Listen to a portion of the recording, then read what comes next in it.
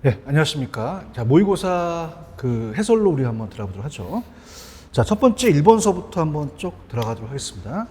자, 어려운 것들은 조금 이제 계산 문제 같은 건요, 계산 좀 해드리고요. 쉬운 거 같은 건 이제 해설이 있으니까 풀어나가는 방향으로 할게요.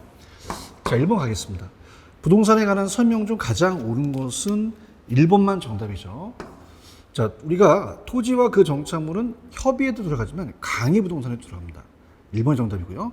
토지는 생산지이지만 소비재로도 사용할 수도 있죠. 그래서 두 가지 다 한다. 그래서 소비재이기도 하다. 되는 경우도 있다. 자, 좁은 의미의 부동산의 의제부동산, 좁은 의미 부동산, 의제부동산을 합쳐서 광의부동산이라고 하죠. 자, 4번은 주의하실 게 협의부동산을 포함한 공시자를 갖춘 독립된 거래의 개체로 인정되는 것은 중부동산이 아니라 협의와 중부동산 합치니까 광의부동산이라고 하시는 거죠. 그 다음에 이러한 개념 구분은 법률적 측면이 맞고요. 그 다음에 자, 우리가 5번은 바뀌었죠. 복합부동산은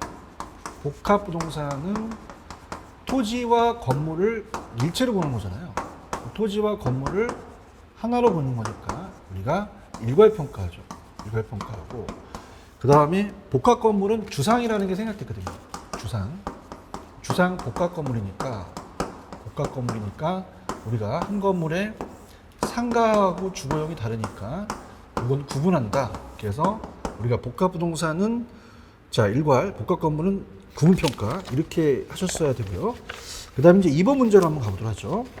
자, 2번도 우리가 옳은 거가 이제 조금 그 난이도가 있죠. 옳은 거가. 그래서 이제 가게 되면 다음 용지로에 대한 설명 중 옳은 것은 자, 1번은 어떻게 돼요? 쭉 읽다 보면은 소규모 수로부지라는 것은 우리가 하천이 아니라 국어가 되겠고요.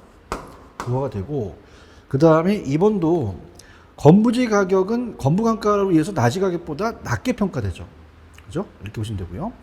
그 다음에 자, 3번은 이 관련 법령이 정하는 바에 따라 재난 시 피난 등 안전이나 일조 등 양호한 생활환경 확보를 위해서 건축하면서 남겨둔 일정이 변적인 부분의 토지는 이 공지입니다.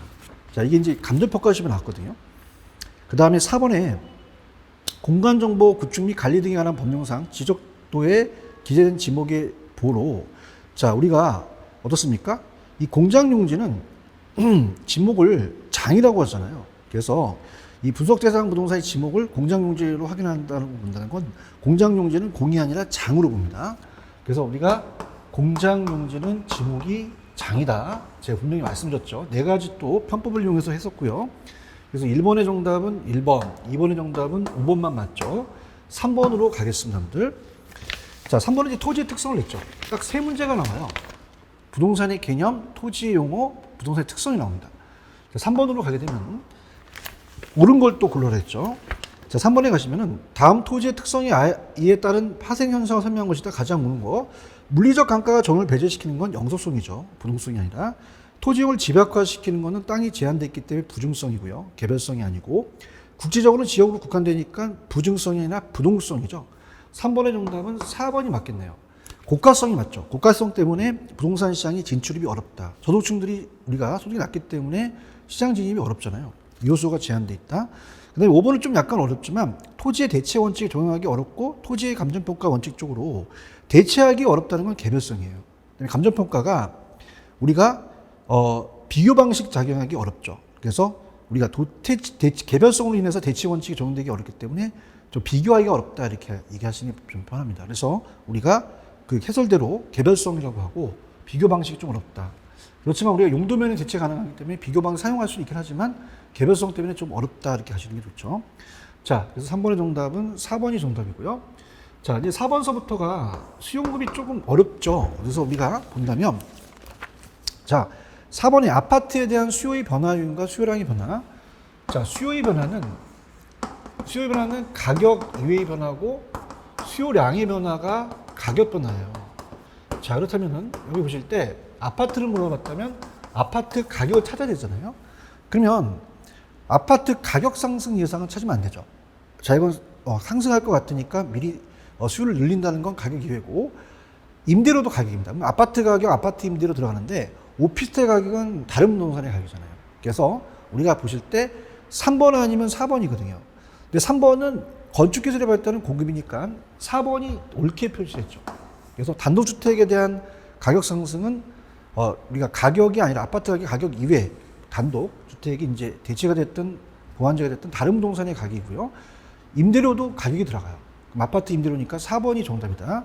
자, 이렇게 이제 가져가시고요. 그 다음에 5번 가겠습니다. 자, 5번을 보시면은 다음 부동산 시장의 균형 변동에 관한 설명이다. 가장 옳은 거 돼 있죠. 자, 그러면 일단 우리 뭐 그래프를 한번 그려볼게요. 1번은 수요가 완전 비탈로 쪽이에요. 가격과 양이 있으니까 수요가 완전히 서 있죠. 자, 그 상태에서 공급이 증가했대요. 그럼 공급이 증가하게 되면 이렇게 되잖아요. 자, 그러면 우리 가격, 균형 가격과 양 중에서는요, 어떤 게 불변이냐면 양이 변화가 없다고 했어요. 근데 양은 증가했다는 게 틀렸죠. 자, 그렇다면 정확하게 공급이 늘어나니까 가격은 하락하고 그 다음에 가격이 불변이라 양이 불변이죠. 이 양은 불변이다. 거래량이 불변이다. 이렇게 했어야지 맞는 질문이죠. 가격 하락, 그 다음에 어때요? 양 불변 이렇게 가셔야 되고요. 그 다음에 2번은 좀 다른 케이스죠. 자, 이번은 이제 공급이 완전 탄력적입니다. 완전히 누워 있으니까 가격적이니까 가격 변화가 없죠. 그래서 공급이 완전 탄력적이다. 그럼 완전 탄력적일 때는 가격이 일정하죠. 그죠? 그런데 가격이 일정한데 거래량에서 틀리게 낼 수 있단 말이죠. 자, 그러면 수요가 감소를 해요. 그럼 수요가 감소를 하게 되면요. 완전 탄력적일 때는 자, 가격과 양에서 양은 일정하죠. 맞습니다. 옆을 찍으니까 여기가 일정하겠죠. 근데 수요 감소하면 양은 감소하죠. 그래서 양은 감소하라고 맞아요. 그래서 1번 가격은 하락, 양 불변. 2번 거래량은 증가가 아니라 감소로 가셨어야죠. 자, 이렇게 보시고요. 그 다음에 3번을 보시게 되면요. 자, 요게 맞죠. 자, 공급이 완전 비탄력적입니다. 그럼 완전 수직이잖아요. 그 상태에서 우리가 어때요? 그 수요가 감소했으니까 수요 감소하면 이렇게 움직이잖아요. 그러면 양이 불변이라는 게 정확하게 맞는 거죠. 자, 이렇게만 좀 해드리고요. 그 다음에 이제 3번이 정답이고, 자, 4번에서는 수요가 증가했다. 그럼 이렇게 한번 그래프를 한번 그려보세요. 수요가 증가했다. 그 상태에서 공급이 탄력적이라는 건 누워 있잖아요. 그러면 자, 이거는 가격이 덜 상승하죠. 더 상승하는 게 아니라 덜 상승한다. 이렇게 가셨어야 되고요. 그 다음에 5번을 가시게 되면 자, 이제 수요가 증가를 하는데 자, 수요가 증가하는데 공급이 비탄력적이라는 게 가파르잖아요. 그럼 가격 변화가 크죠. 그럼 가격은 더 상승이 맞겠죠. 자, 이렇게 해서 정답은 3번이 정답이다. 이렇게 보시고요. 자, 항상 이제 이 탄력성의 계산 문제가 좀 어렵습니다. 그래서 저랑 같이 이제 계산 문제 같은 경우는 좀 천천히 한번 들어보도록 하죠. 6번입니다, 여러분들. 6번을 보시면은 자, 들어갑니다. 아파트에 대한 수요의 가격 탄력성이 0.6이다. 자, 그럼 우리가 자, 이걸 제가 수요의 가격 탄력성 이렇게 했죠. 아파트가 생략됐고요. 그럼 가격 변화에 대한 수요량의 변화가 되겠죠. 자, 그다음 연립주택 가격에 대한 자, 그럼 이거 다 아파트예요, 여러분들. 아파트에 대한 수요를 우리가 아는 거고요. 자, 그다음에 연립주택 가격에 대한이라는 거는 연립주택 가격에 대한 아파트의 수요 교차 탄력성이잖아요. 그러면 연립주택이 내려가요. 아파트가 올라가고. 그럼 아파트의 수요의 교차 탄력성은 자, 요건 아파트 수요가 올라가죠. 다 아파트 수요를 물어본 거잖아요. 아파트 수요. 그 다음에 연립주택 가격이 내려갑니다. 연립주택 가격. 연립주택 가격이 내려갑니다. 자, 한번 대입할까요? 자, 아파트 가격이 자, 일단 요 탄력성이 0.6이고 얘가 0.8이라는 건 대치시잖아요. 자, 그렇다면 아파트 가격이 5%가 상승했대요. 자, 해설해 보시면은 바로 여러분들 이걸 곱하십니다. 그러면 얼마만큼 줄어들었어요? 3%만큼 아파트 수요가 줄었죠. 그런데도 불구하고 우리가 연립주택 가격이 10% 상승했다. 그럼 10% 상승하게 되면 연립 비싸니까 아파트 수요는 늘어났다는 얘기예요. 그럼 요걸 곱하면 8%가 늘어난 거죠. 자, 그럼 이렇게 해보세요. 항상 제가 강의할 때 요 감소하는 건 마이너스로 이렇게 체크하세요. 요건 플러스로. 그럼 정확하게 어떻게 됩니까? 빠진 것만큼 늘어났으니까 플러스 5만큼 늘어나게 된 거죠. 그래서 정답은 2번이 정답이다. 자, 이렇게 하셨어야 되고요. 자, 그 다음에 이제 7번으로 가죠. 7번입니다. 자, 7번은 우리가 이제 약간 또 제 강의를 들으면서 편법을 좀 가르쳐 드렸는데 화폐의 시장 가치를 고려한다는 건 현가가 들어가면 무조건 고려합니다. 그러니까 그래서 미래 가치, 현재 가치로 바꾸니까 들어가고요. 뭐 할인이라는 게 들어가는데 할인 같은 건 여기 안 적어지죠. 자, 그러면서 우리가 어때요? 현가가 있었고 내부 수익률법은 현가라는 게 없잖아요. 근데 현가 해수 기간법이라든지 순영가법은 다 이게 들어갑니다. 그래서 무조건 현가가 들어가면 다 화폐시장 가치를 고려한 할인기법이에요. 그럼 내부 수익률법은 안 들어가고 수익성 지수법도 안 들어가잖아요. 그럼 제가 항상 강의 때 요 세 가지를 찾으라 그랬어요. 현가, 내부, 지수. 자, 그러면 기억에 내부 수익률 있고요. 디귿의 수년제 가치법, 미음 연평균 수년가라는 게 있잖아요. 현가 해수 기간, 수익성 지수 5개. 그 정답은 2번이 정답이다. 이렇게 보시면 되죠. 자, 그 다음 8번 가겠습니다, 여러분들. 8번을 가시면 여가작용에 대해서 가장 모르는 거. 자, 다 바뀌고 4번만 정답인데요. 자, 어떻습니까? 저가주택 신축을 금지하게 되면 저가주택이 못 늘어나요. 그럼 위에서 내려오죠. 그럼 저가주택 수요가 증가하면 하향여가 발생하고요. 저주택 수선되거나 재개발돼서 상위 계층으로 사용되는 것은 상향여가 되겠고요. 자, 우리가 고가 있는데 저가 들어간다? 그럼 항상 들어가는 게 중요하죠. 저소득층이 들어가서 저소득층으로 바뀌는 거. 그럼 저소득층이 들어갔다 그러면 무조건 하향여가예요. 고가 저로 바뀌겠죠. 자, 그 다음에 5번에 가시면 하향이 됐다는 거는 수를 안 하거든요. 고소득층 주거지역에서 개량 비용보다 가치 증분이 작을 때죠. 그럼 정답은 4번만 맞다.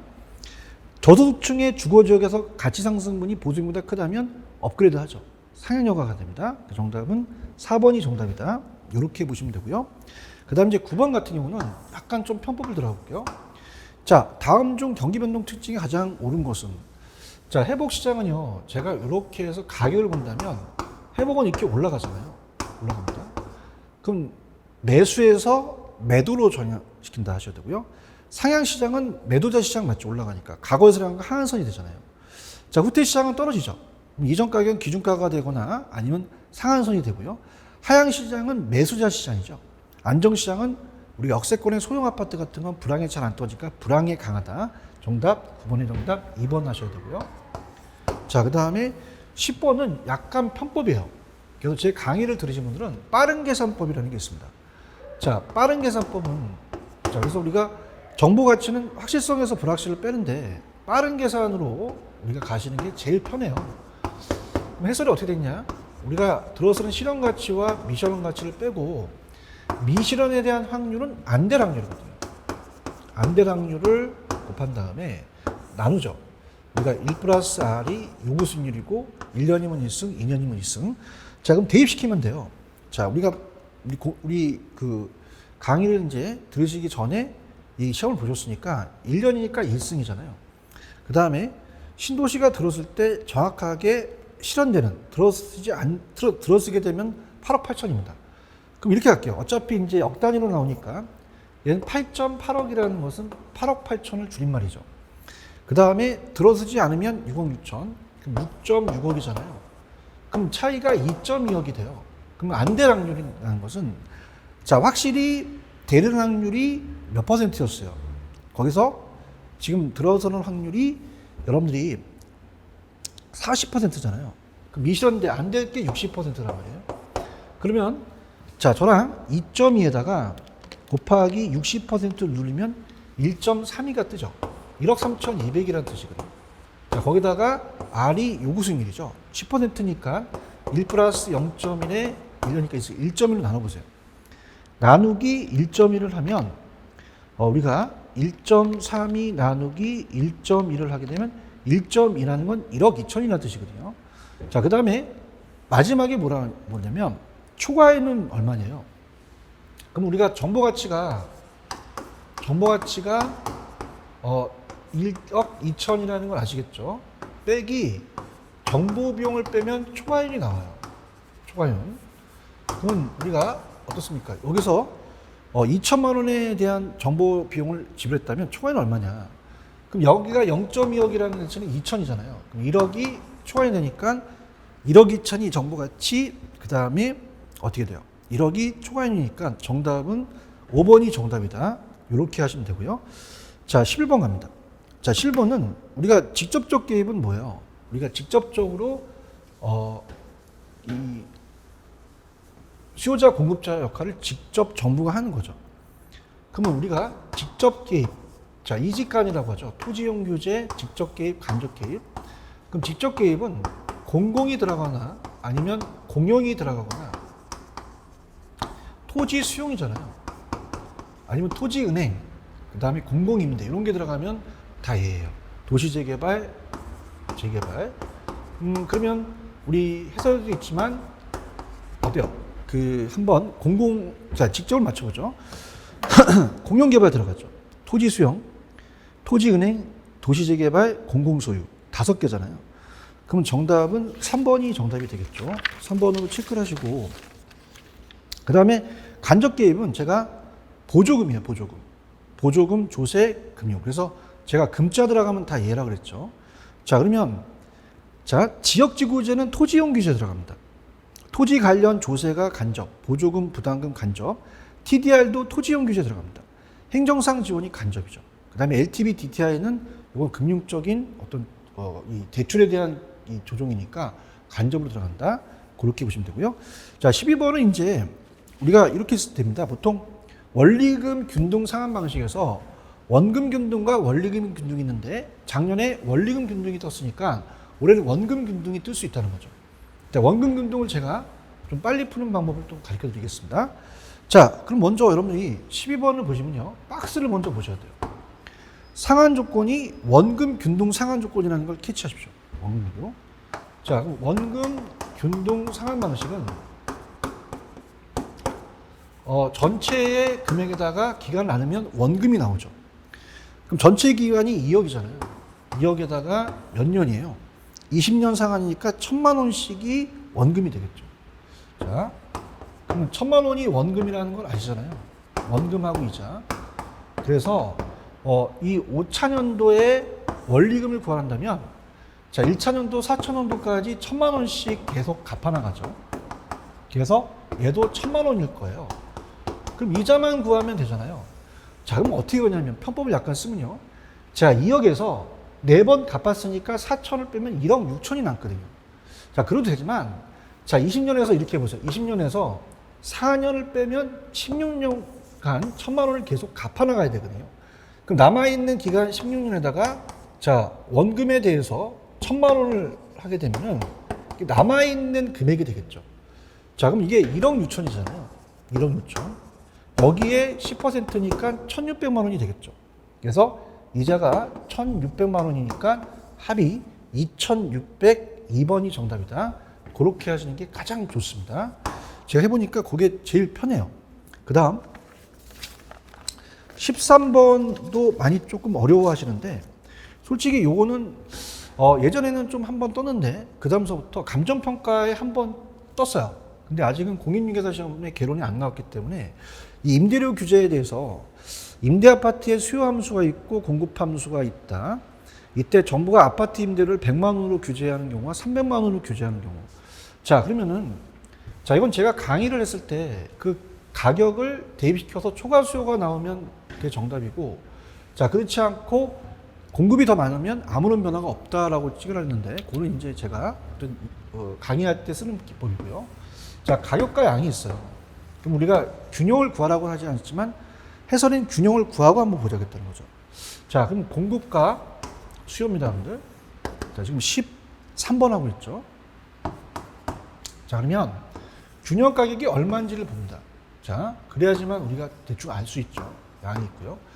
자, 그러면 수요 함수라는 것은 QD는 항상 얘는 700에서 마이너스 P 앞에 마이너스가 붙죠. 마이너스만큼 가격에 대한 감소 함수니까 QS가 공급이에요. 공급량은 100 플러스 P다. 이건 가격이 오르면 양이 늘어나니까 가격의 증가함수죠. 자, 이걸 같게 해봐요. 같게 하면은 여러분들 어차피 이거는 넘어가면 더해지거든요. 그러니까 제가 P는 뭐고 그 다음에 숫자가 똑같다면 숫자는 빼주게 되는 거죠. 그러면 빼주면 600이잖아요. 그럼 P가 200이란 말이에요. 그럼 200이라는 균형을 알았다면 100으로 오게 되면 무조건 초과수요가 발생이 될 것이고 300이 되게 되면요.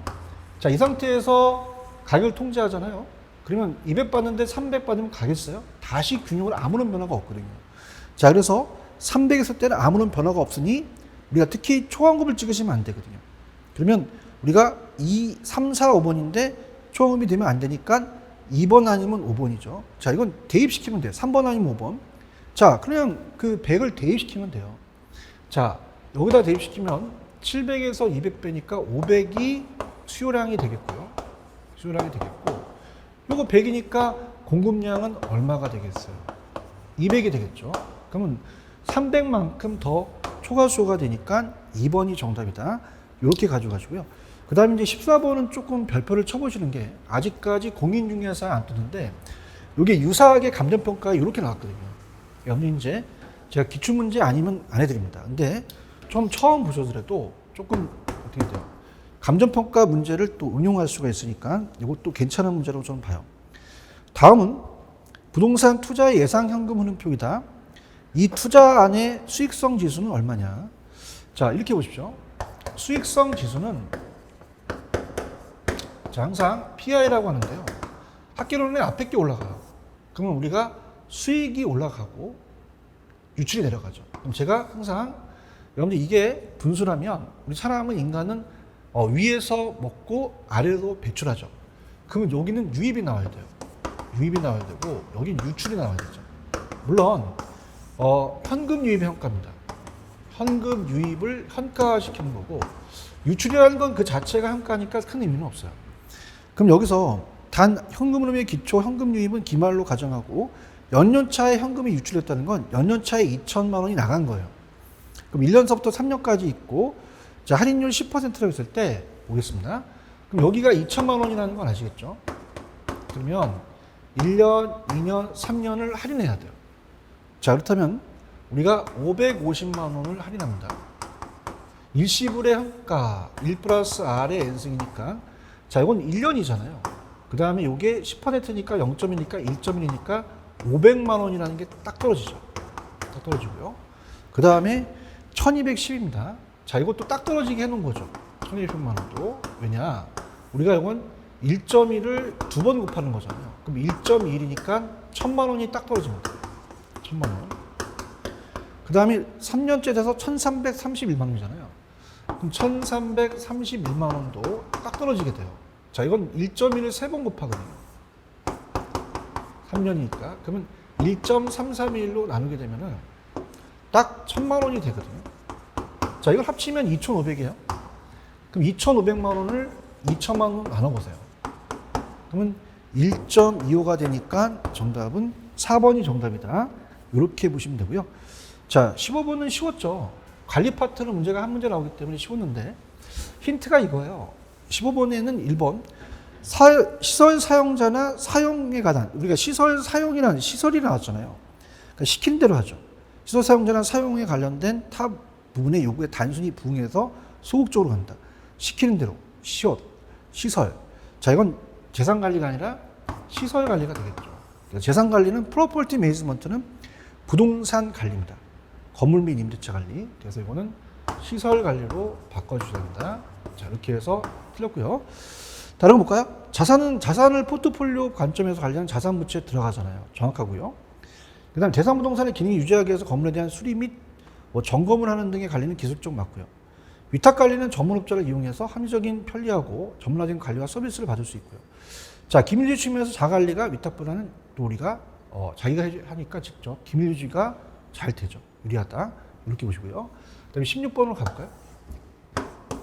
자, 16번으로 가시면은 외부 효과에 대해서 가장 오는 거. 자, 외부 효과는 항상 제가 뭐 했다면 딱 잡아떼라. 통하지 않았죠. 어떤 경제주체의 경제활동이 의도하지 않은 거 맞아요. 근데 시장을 통한 게 아니라 통하지 않고 다른 경제주체의 후생에 영향을 줬다. 이렇게 하시고요. 2번이 맞아요. 자, 사적 편익이 사적 편익이 사회적 편익을 초과한다는 것은 사회가 불리한 거거든요. 그럼 항상 과소가 나와야 돼서 과소 소비가 맞습니다. 그죠? 우리가 아니죠. 이제 사적 편익이 크다는 것은 부죠, 부. 자, 사회가 불리하죠. 그러면 과대 소비가 맞겠죠, 과대 소비. 그래서 우리가 예를 들어서 내가 담배를 피는데 나에 대한 뭐 편익은 굉장히 좋은데 다른 사람이 혜택을 우리가 얻었습니까? 여러 가지 누를 끼치기 때문에 부예요. 그럼 사회가 불리한 건 항상 가대가 나와야 되죠. 가대 소비가 되고 마찬가지로 사적 비용이 사회적 비용을 초과하는 건 어떻게 돼요? 이거는 사회적 비용이 줄었잖아요. 오히려 이건 긍정적이죠. 과소동산. 그래서 정답은 2번이다. 요즘 이게 트렌드로 잘 나옵니다. 새로 조성된 공원이 쾌적성이나 정예복가가 발생했대요. 그럼 내가 수요자라면 수요를 늘리겠죠. 그럼 가격과 양에서 우리가 공급과 수요가 있으면은 수요를 늘리는 건 수요 곡선이 우측 이동하죠. 좌측이 아니라 이렇게 보시고요. 부의복가가 정부에서 규제를 해요. 그럼 예를 들어서 시멘트 공장이 폐수를 내리게 되면 시멘트 공장한테 조세를 중과시킵니다. 그럼 시멘트 공급을 안 하잖아요. 그럼 시멘트 가격이 올라가 버려요. 그러면 시멘트 가격이라는 생산비가 늘어나니까 주택 공급을 줄이거든요. 그럼 주택 공급을 줄이게 되면 주택 가격은 올라가고 주택 균형량은 감소하죠. 자, 이렇게 해서 균형량은 감소한다. 자, 지역지구제 토지이용 계획 같은 것도 외부 효과 해결책에 들어갈 수 있죠. 자, 그래서 자, 지역지구제라는 건 뭐였어요? 자, 우리가 이렇게 주택과 주택이 있는데 공장이 폐수를 내려보내요. 자, 그럼 이거는 부의복가잖아요. 부의복가가 실패하다 보니까 부의복가를 제거한다는 건 시장 실패를 수정하는 거거든요. 그러니까 주거 전원주를 바꾼다. 그럼 얘도 외부 효과 문제를 해결 수단이 되겠죠. 그래서 토지용 계획 같은 이런 것들이 된다, 될 수 있다가 정답이죠. 자, 그다음에 17번으로 한번 가볼게요. 지렛대 효과가 어렵죠. 그래서 우리가 정이 되려면 항상 정과 부하고 중립적 레버리지가 있었어요. 그럼 정은 우리가 나온 대로 지총조죠. 지분이 제일 커야 되고 그 다음에 총자본이고 저당이 제일 작아야 되죠. 자, 근데 얘는 저당에 대한 수익률이 이자가 더 높으면 이렇게 되고요. 같으면 0이 되는 거죠. 지렛대가 없죠. 자, 그러면 1번 부는 어떻게 돼요? 부는 이게 이렇게 돼야죠. 저당이 더 커야 되고 정은 지분이 더 커야 되고요. 총이 저당보다 크니까 요 3번이 맞죠. 자, 레버리지는 무조건 위험은 증가합니다. 그래서 이 정의 레버리지 효과를 예상하더라도 우리가 투자했을 때 부채 비율이 커지게 되면 경기 변동이나 금리 변동에 따르면 투자 위험은 무조건 증가한다. 이렇게 하시고 하고요. 자, 이건 제가 어때요? 부의 레버리지 효과는 부채 비율이 커지면 자기 자본 수익률은 어떻게 되겠어요? 자, 부에 대한 거는 만약에 20이 총인데 30%가 저당이면 마이너스가 나오거든요. 그럼 얘보다 수익률이 낮아지겠죠. 그러면 자기 자본에 대한 수익률은 하락하게 되겠고요. 자, 지금 부가 정으로 전환하려면 이자가 낮아져야 돼요. 부채 비율은 전혀 상관없습니다. 부채 비율은 여기에 대한 곱하기 이제 배수니까 이 이자가 낮아져야죠. 이자가 낮아져서 얘가 만약에 5%다. 그러면 충분히 가능하죠. 그래서 부채 비율을 낮춰도 정으로 전환할 수 없다. 그럼 올해 나올 수 있는 게 이자를 낮추면 가능하다라는 걸 꼭 제 특강 때 강의를 꼭 참고하시기 바랍니다.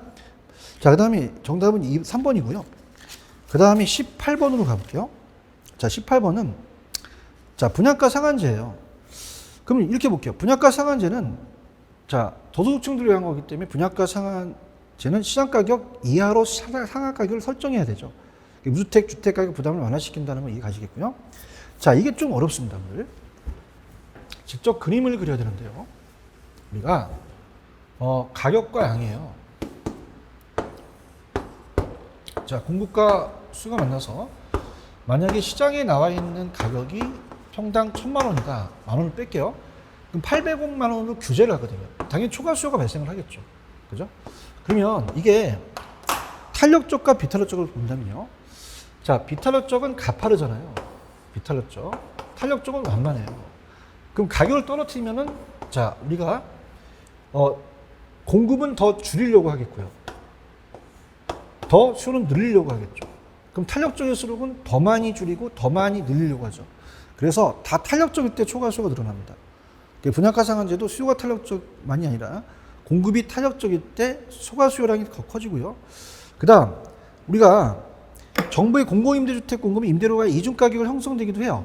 장기에 가서는. 자, 공공임대주택 거주자는 사적 시장과의 임대료 차익만큼 정부로부터 보조를 받은 셈이 되겠죠. 자, 이게 맞죠. 이게 맞고. 그래서 3번하고 5번이 조금 어려운데, 자, 그걸 제가 좀 설명을 할게요. 자, 4번은요, 단비 장탄이잖아요. 단기는 무조건 비탄력, 장기는 무조건 탄력이죠. 그래서 단기는 비, 장기는 탈, 이렇게 우리가 보셔야 됩니다. 자, 그래서 그렇게 보시면 되고요.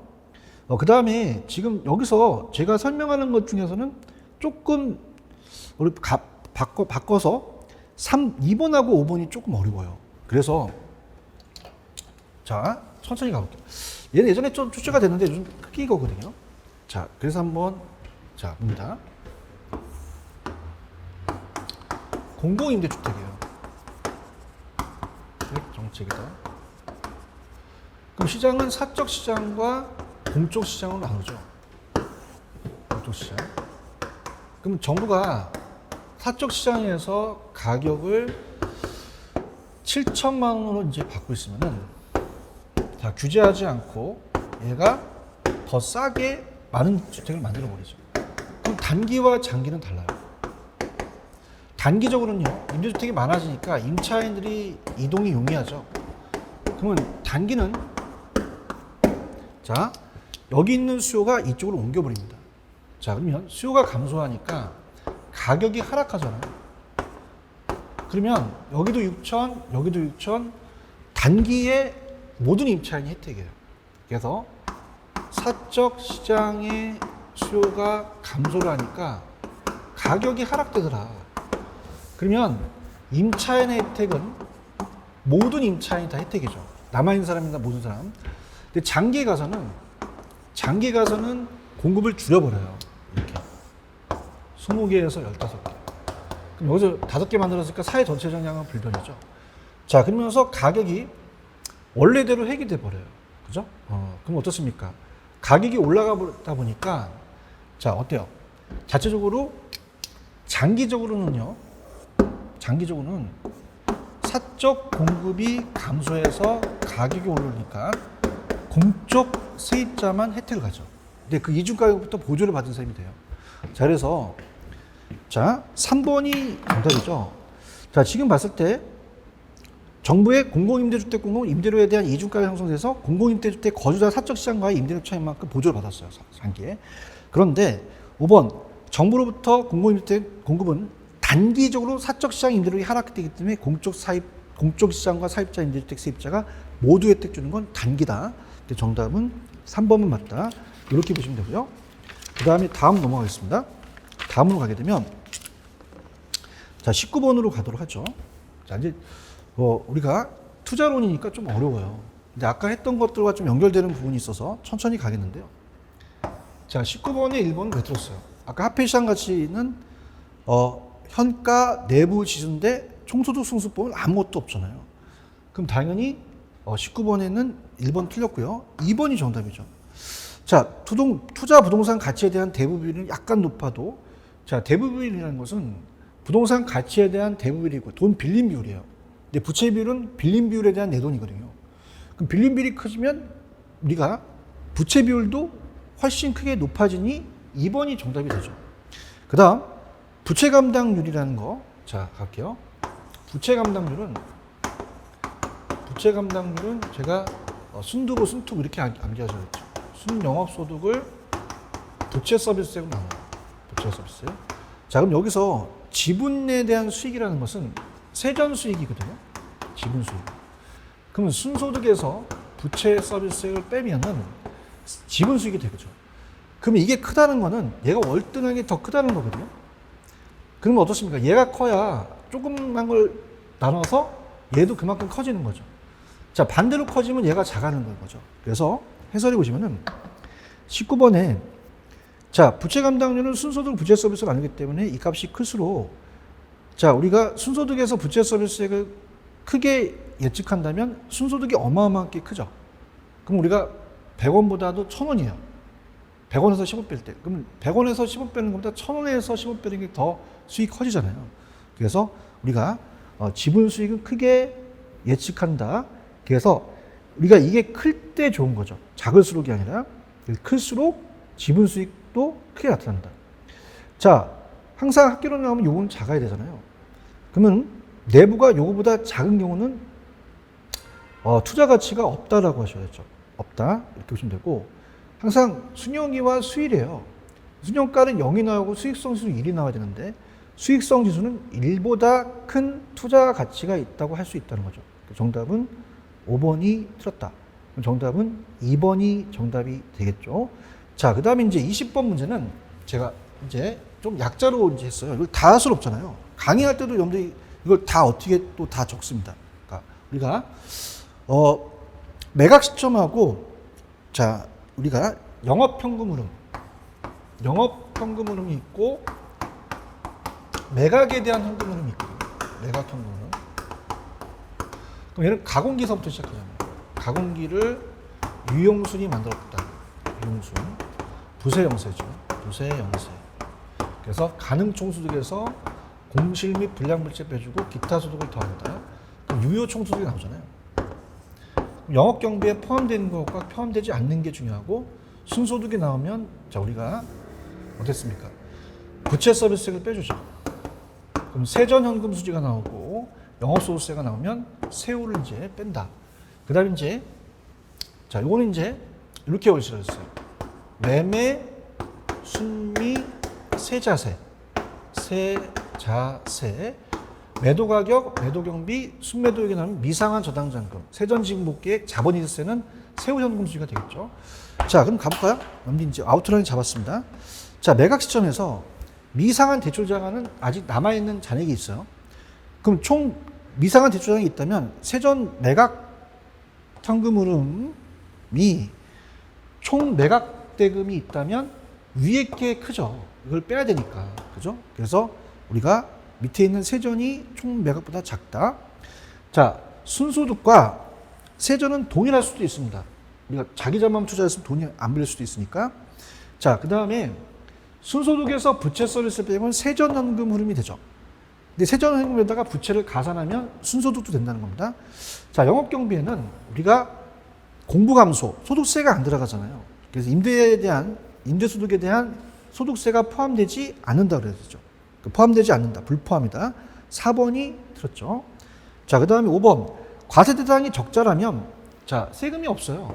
그럼 세전현금과 세후흐름이 같을 수가 있죠. 자, 이렇게 우리가 보시기 바랍니다.